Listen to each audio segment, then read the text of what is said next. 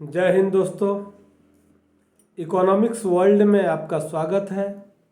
मैं हूं doctor Rajiv, assistant professor department of economics, Deoghar college Deoghar. दोस्तों, आज हम चर्चा करेंगे तटस्थता वक्र या उदासीनता वक्र क्या है। What is indifference curve.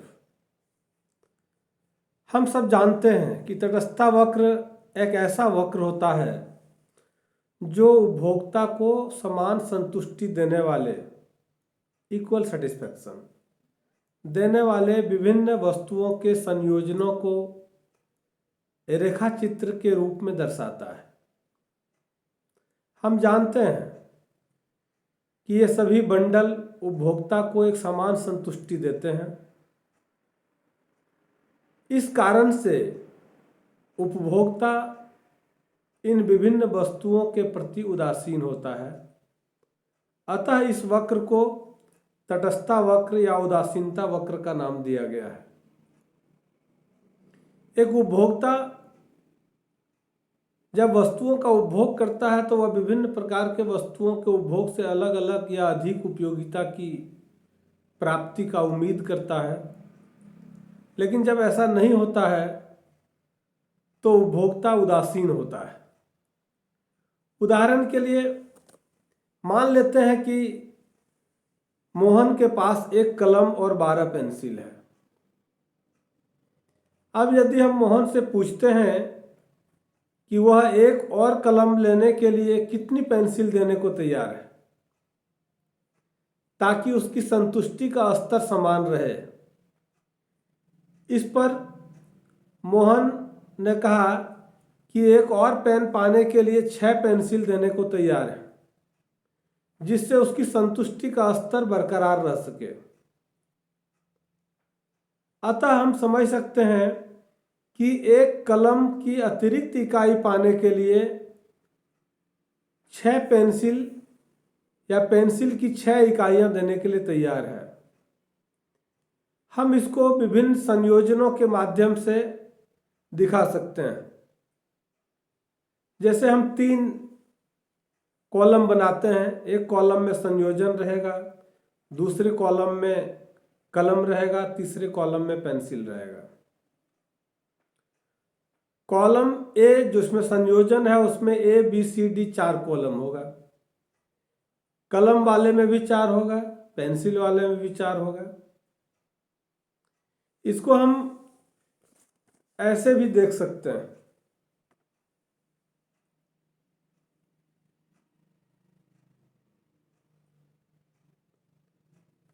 अब ऊपर दी गई तालिका में जैसा कि आप देख सकते हैं, यहाँ 2 वस्तुओं के विभिन्न संयोजन दिए हुए हैं जो कि मोहन उपभोक्ता को समान स्तर की संतुष्टि दे रहा है।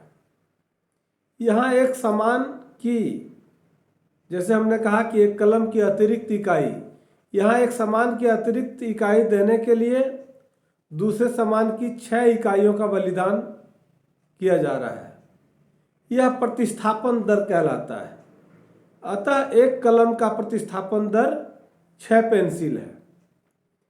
अब इस तालिका को चित्र के रूप में दर्शाएंगे और उसी चित्र को हम तटस्थता वक्र कहते हैं।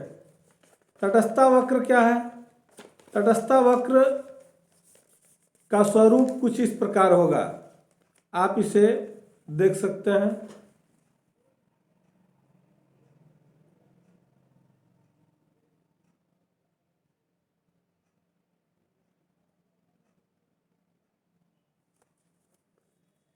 जैसा कि इस चित्र में दिखाया गया है कि यह तालिका में दिए गए संयोजनों को दर्शा रहा है। वे एक ऐसे संयोजन हैं जिनके प्रति उपभोक्ता तटस्थ है, अतः यह तटस्थता वक्र कहलाता है। तटस्थता का मानचित्र भी है। तटस्थता को मानचित्र के आधार पर भी हम प्रदर्शित कर सकते हैं। जब चित्र में एक से ज़्यादा तटस्थता वक्र दर्शाए जाते हैं तो इसे तटस्थता मानचित्र कहा जाता है। ये उपभोक्ता के संतुष्टि के विभिन्न स्तर को दर्शाते हैं। हम इस तटस्थता वक्र को या तटस्थता मानचित्र को भी देख सकते हैं। उदाहरण के तौर पर उसका स्वरूप कुछ इस प्रकार होगा।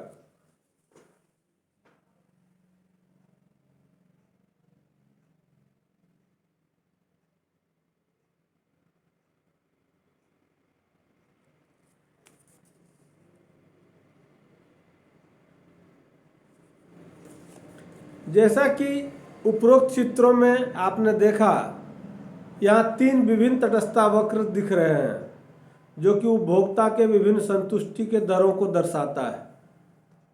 यहाँ उच्च तटस्थता वक्र का मतलब उच्च स्तर की संतुष्टि है।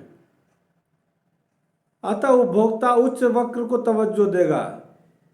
IC2 के जितने भी संयोजन होंगे वो IC1 के संयोजन के मुकाबले में ज़्यादा संतुष्टि देंगे, क्योंकि उसमें वस्तुओं की संख्या ज़्यादा होगी। तटस्थता वक्र के गुण भी हैं। एक तटस्थता वक्र की ढलान नीचे दाईं ओर होती है। एक तटस्थता वक्र की ढलान नीचे दाईं ओर होती है। दाईं ओर इस शेप में होता है, आप इसको देख सकते हैं। मैं उसे आपके समक्ष ये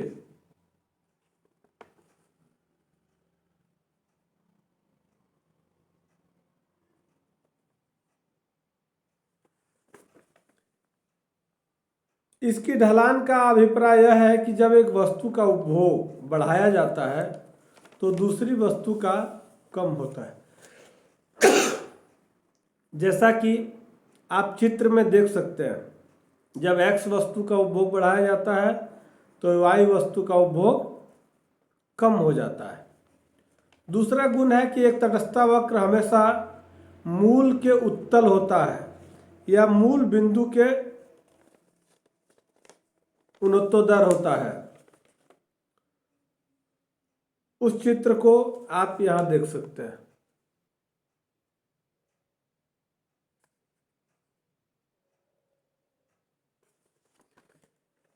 जैसा कि आप देख सकते हैं कि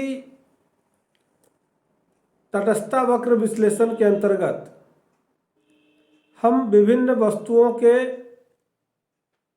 से मिलने वाली जो संतुष्टि है उसके स्तर की माप विभिन्न रेखा चित्र के माध्यम से, मानचित्र के माध्यम से करने का प्रयास किया और उसी के आधार पर हम उसका अध्ययन करते हैं। सीधे तौर पर हम कह सकते हैं कि उदासीनता वक्र या तटस्थता वक्र किसी उपभोक्ता के व्यवहार को बताने वाला वक्र है, जिसमें किसी एक वक्र के किसी भी बिंदु पर उपभोक्ता को प्राप्त होने वाली उपभोग सामग्री से समान संतुष्टि की प्राप्ति होती है और इसी को हम लोग उदासीन वक्र कहते हैं, जिसके सभी बिंदुओं पर समान संतुष्टि मिले। उदासीन वक्र मुख्यतः 2 वस्तुओं के बीच की रुचि को बतलाता है, जैसा कि हमने विभिन्न चित्रों में देखा। X वस्तु और Y वस्तु 2 वस्तु है। मान लीजिए X वस्तु को बढ़ाते हैं तो Y वस्तु को घटाना पड़ेगा। दूसरे शब्दों में हम कह सकते हैं कि जब उपभोक्ता उदासीनता वक्र पर बाएं से दाएं नीचे की ओर चलता है तब सीमांत प्रतिस्थापन की दर घटती हुई होती है। इसी घटती हुई सीमांत प्रतिस्थापन के दर के कारण उपभोक्ता का उदासीनता वक्र मूल बिंदु की ओर उत्तल होता है। उदासीनता वक्र की कुछ विशेषताएं हैं। यह वस्तुओं की मात्राओं के उन संयोगों का बिंदु है जिसके बीच व्यक्ति तटस्थ या उदासीन रहता है, इसलिए इन्हें तटस्थता वक्र भी कहा जाता है। समान अनुराग दिखाने वाली वक्र रेखाएं जो विभिन्न बिंदुओं पर क्योंकि वे वस्तुओं के ए संयोग को व्यक्त करती है और एक दूसरे से न तो अच्छे होते हैं और न ही बुरे होते हैं।